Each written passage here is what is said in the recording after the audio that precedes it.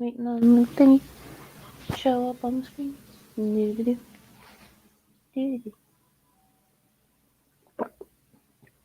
Hello, hello, hello, beautiful creatures of the internet. I am Mango Jones. I'm exhausted.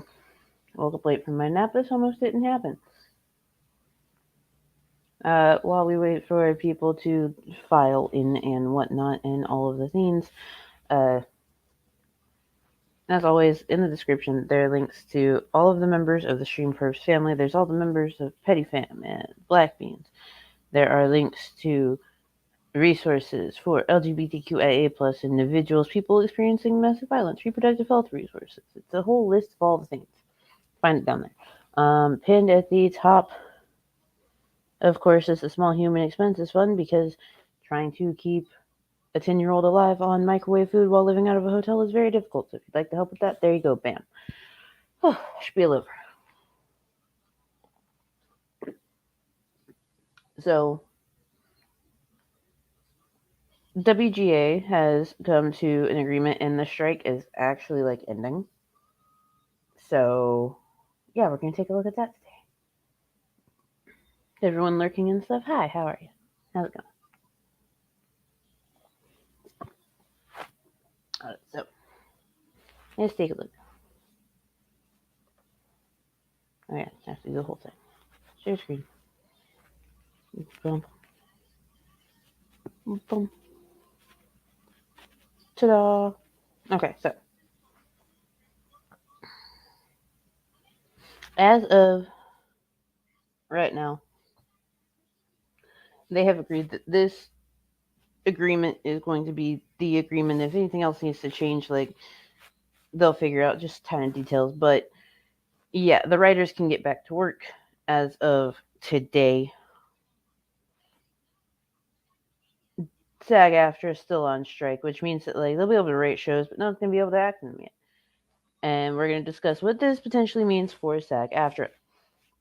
Now, the term of the agreement is September 25th, 2023 through May 1st, 2026. So even though they did not get the agreement approved and the strike is, just now ending, this agreement was the one that was brought forth on the 25th.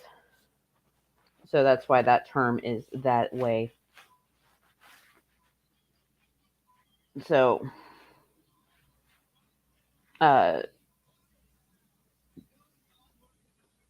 their health care, that has also improved. The health fund contribution is going to increase in the second year of the agreement from 11.5% to 12%, which is great.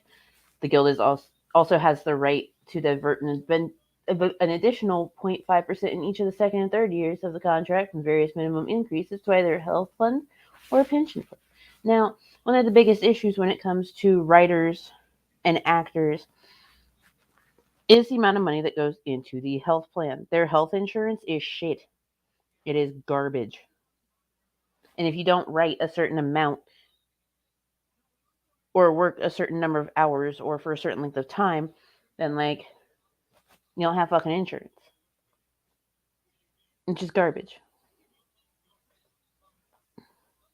Each writer on writing team employed for a script will receive pension and health contributions up to the relevant cap as though they were a single writer, rather than splitting the applicable cap. So basically, before, if you worked with a team of writers, that team of writers split everything instead of you just having your own earnings. It'd be like if Walmart forced all of their people to split everything for healthcare and not just have their own individual shit. Isn't that fucking terrible? Mob, don't make me fight you, please. This union is actually extremely fair. This union, well, they needed this. So here's where things start to get interesting. So, artificial intelligence is some of the stuff that is written into this agreement. We have established regulations for the use of artificial intelligence, AI, on MBA covered projects in the following ways. AI can't write or rewrite literary material, and AI generated material will not be considered source material under the MBA, meaning that AI generated material can't be used to undermine a writer's credit or separated rights. A writer can choose to use AI when performing writing services if the company consents and provided that the writer follows applicable company policies, but the company cannot require the writer to use AI software like ChatGPT when performing writing services.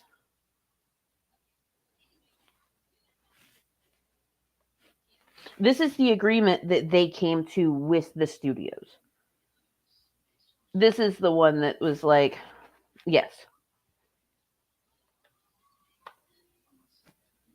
This is the one that's getting the writers back into the writing room, not actors into acting.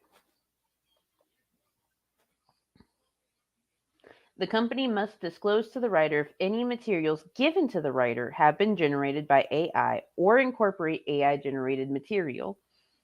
The WGA reserves the right to assert that exploitation of writers' materials to train AI is prohibited by MBA or other law. So, writers are now going to have their written work really protected from being used to help with AI. And they don't have to use AI in their writing. A studio cannot force you to use AI in your writing. And because the WGA has this inside of their contract, it's actually going to be really fucking interesting for SAG-AFTRA demands, because studios have already discussed taking the AI and keeping the rights to a background actor's likeness in perpetuity by using AI generated versions of them in the background. And Disney has already done some of this with oh my gosh, they've already done it with WandaVision. WandaVision, they had AI generated actors in the background of episodes. So knowing that this is like written in there is going to be really good. Yes, I absolutely agree with you, Mobby. They should. Hey, Sydney. How's it going? Improved terms for screenwriter employment. Guaranteed second step. A second step is required whenever a writer is hired for a first draft screenplay for 200% of minimum or less, including original and non-original screenplays. The requirement also applies to spec purchases. Accelerated payment structure for flat deals. Screenwriters hired on a flat deal basis for 200% of minimum or less must be paid 50% of their fee on commencement. If the writer has not delivered within 9 weeks of commencement, 25% of the fee is payable upon invoice. The final 25% is due on delivery of the step. So, again, these things are important. Streaming features. When a feature-length project is made for streaming with a budget of 30 million or more, the minimum initial compensation for a story and teleplay is $100,000, an 18% increase from the current rate, and a 26% increase in the residual base. Combined with the foreign residual improvements described below, this results in a 3-year residual of $216,000 for projects on the largest services, a 49% increase from $144,993 under the 2020 MBA. This is important. Residuals and payment schedule are so fucking important, because a lot of writers have had this issue where they have written work and have not been paid on time. They have not received compensation for said work on time. And when they receive residuals, especially on streaming, they get dog shit. Actors also get dog shit in residuals. So knowing that the residual increase is included in WGA contracting and studios have agreed to it, this is good news for the actors, because they will also see an increase in this. Hi, Lubis.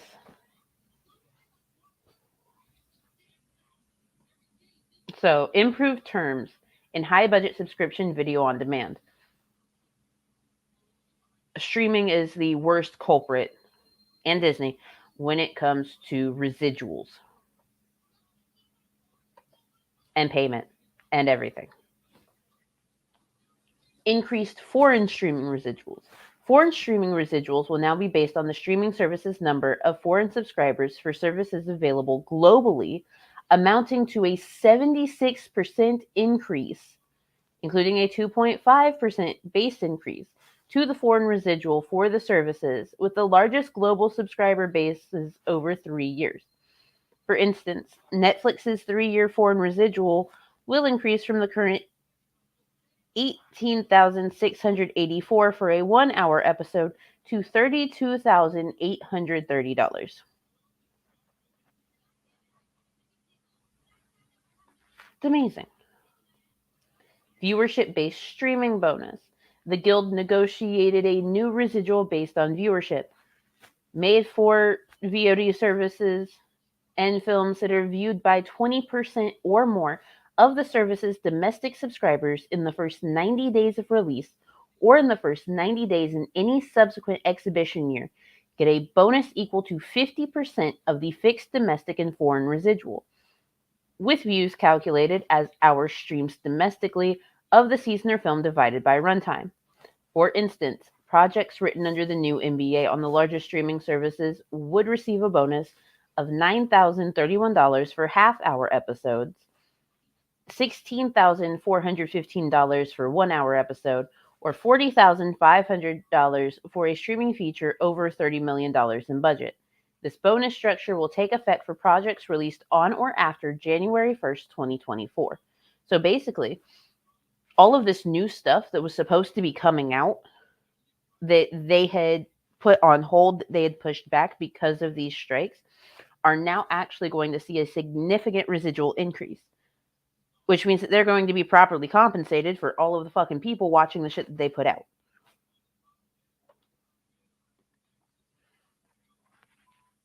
The companies agreed to provide the Guild, subject to a confidentiality agreement, the total number of hours streamed, both domestically and internationally, or self-produced high-budget programs like a Netflix original series.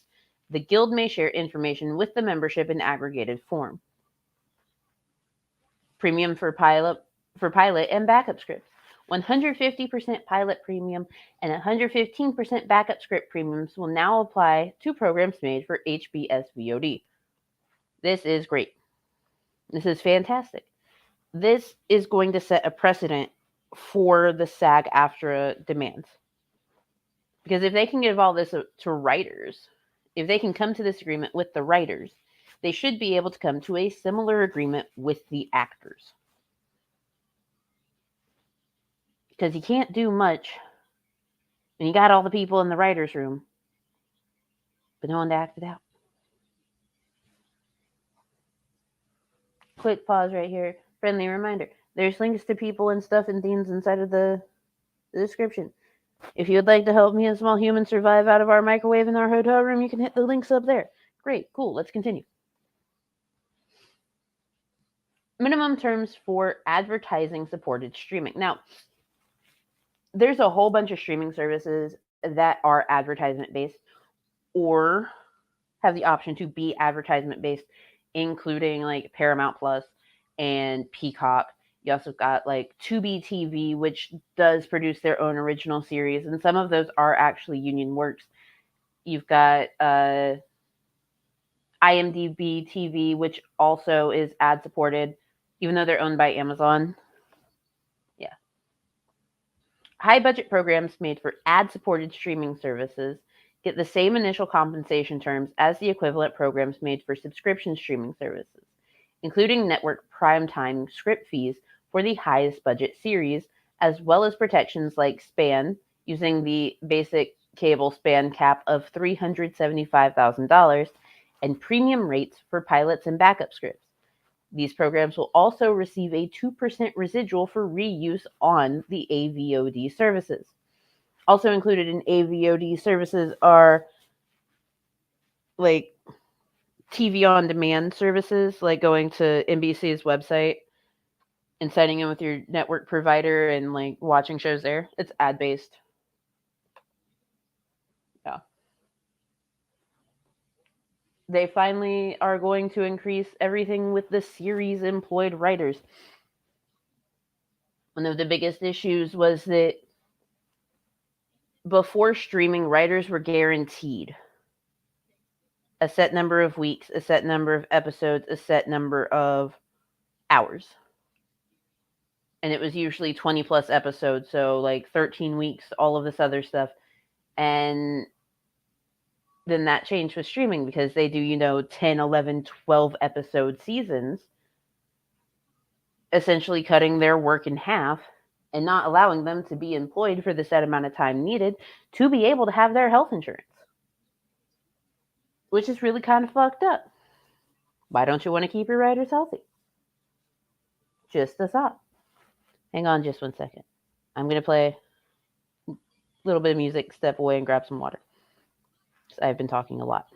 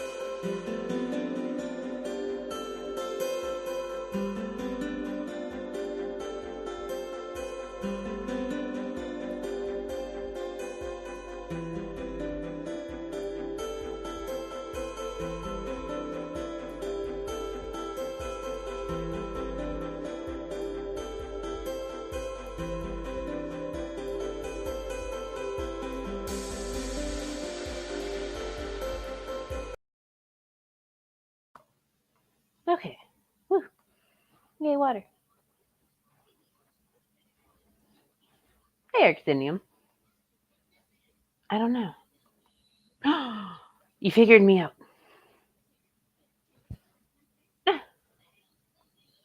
It's okay. I'm fucking exhausted. I've been doing too much to try and like make sure that my next paycheck can pull me and Small Human out of the hole that we're in. But that's fine. We're surviving. That's what matters. We're alive. We're surviving. So, continuing on. Now, they've agreed to weekly pay increases.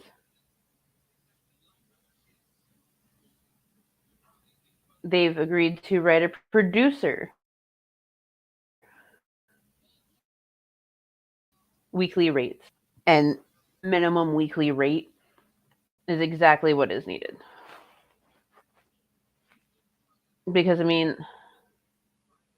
okay, like you're producing all of these like high level shows and stuff.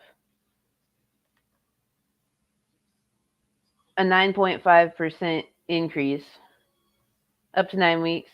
11 their weekly minimums, $11,371.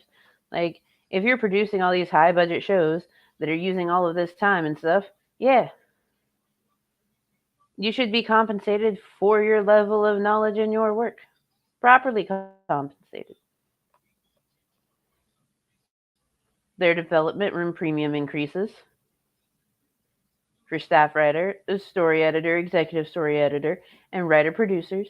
They also staff writers must be paid script fees for the episodes that they write, because there are a lot of shows like talk shows, daytime shows, stuff like that have staff writers. There are shows like Saturday Night Live that have staff writers. These people are employed all the time. They should be properly paid all the time for the work that they do.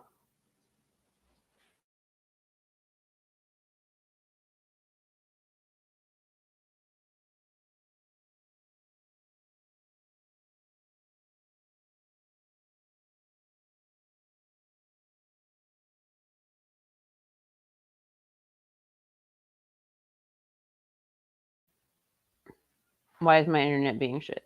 Of course. This is great. Hang on. Okay, so there's also been some concern about like WGA writers that are also SAG-AFTRA members and what that means for them going back to work. But like, as long as they're just writing and not acting, it's not going to cross any pickets.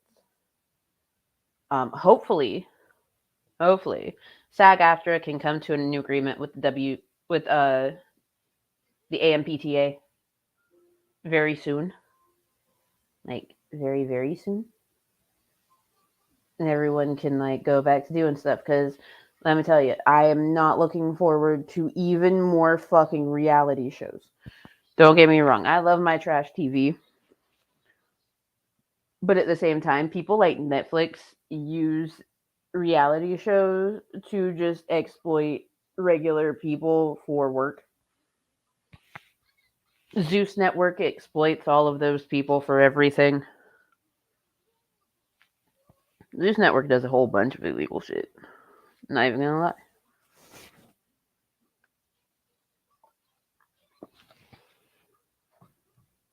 So yeah, that's what's going on with WGA.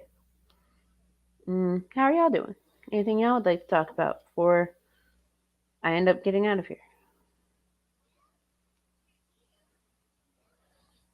Because like there wasn't too much to go over on that, but it's important to talk about either way.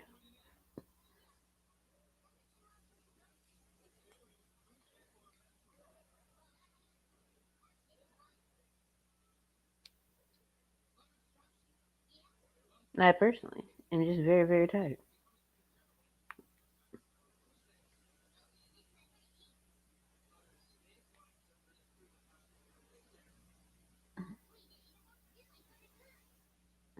All right.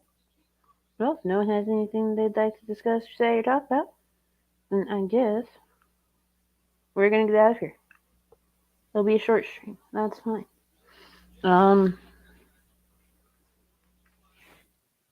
Again, Petty Fam links, all those links down in the description. If you would like to help me and Small Human order more groceries and stuff, links at the top. Also pull-ups and stuff. So yeah, that's it. That's the theme. Y'all have a good night. I'm gonna go back to bed. Later, y'all.